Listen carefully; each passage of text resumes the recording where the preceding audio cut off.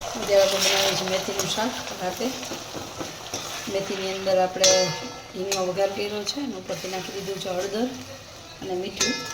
ત્યાં પાણી બળે ત્યાં સુધી આપણે એને ધીમે તાપે ચડવા દઈશું. પછી આની અંદર આપણે ખાંડેલું મરચું અને ટમેટાં નાખી દઈશું. એકદમ સિમ્પલ રેસીપી છે મેથીની ભાજીની. ખાંડેલું લાલ મરચું નાખી દઈએ. થોડું ખાંડેલું એકદમ વધારે લસણવાળું છે, પેસ્ટ જેવું છે. અને થોડું મસાલું મરચું નાખી દઈશું.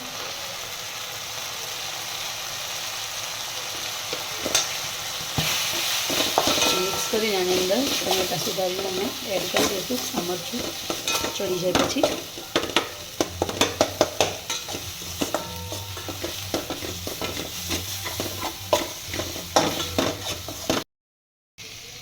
મરચું ચડી ગયું છે. હવે આપણે ટમેટાં નાખીને હલાવી લઈએ. મેથી 3 પૂણી કરી છે પણ આટલી જ થઈ ગઈ છે. આપણે 2 થી 2.5 ટમેટામાં નાખી દીધા છે. હવે એને ચડવા દઈએ થોડીક વાર. એટલે એકદમ મસ્ત ટેસ્ટી ભાજી આપણી તૈયાર થઈ જશે. જોઈ શકો છો. ચડવા દઈએ થોડા ધીમા તાપે. હેલો, જય માતાજી. અત્યારે આપણે બનાવીએ છીએ સેવ ટમેટાનું શાક.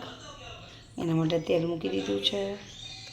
એની અંદર નાખશું થોડીક હિંગ અને અંદર નાખી દઈશું ટમેટા આપણા સુધારેલા.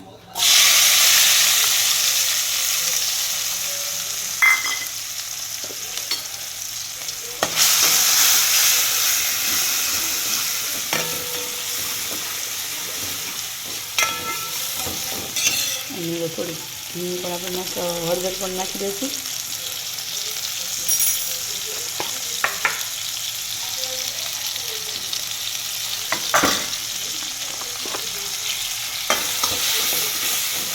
અને મીઠું નાખીને ચડવા દઈશું થોડી વાર માટે ટમેટાને.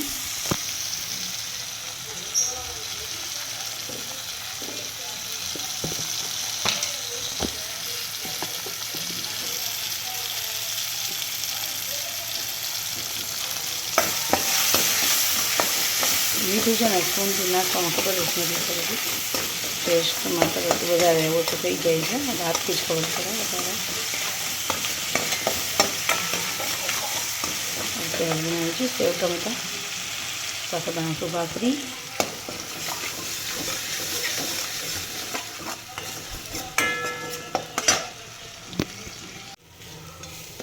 આપણે એમાં લાલ મરચું ખાંડેલું નાખી દીધું છે.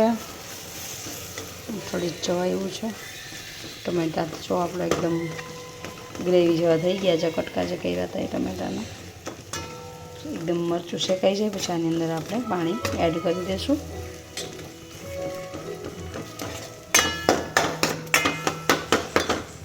થોડું પાણી નાખીએ પહેલાં. મરચું એકદમ શેકેલું જ સારું લાગે. કાચું ન ભાવે. મને વધારે શેકવાની આદત છે.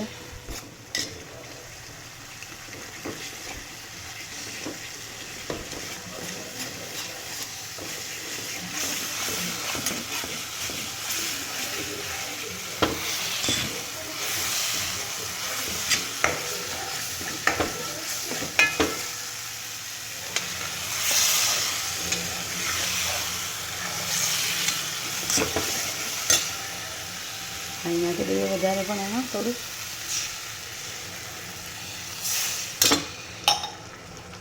ગેસ કરી નાખી થોડો સ્લો.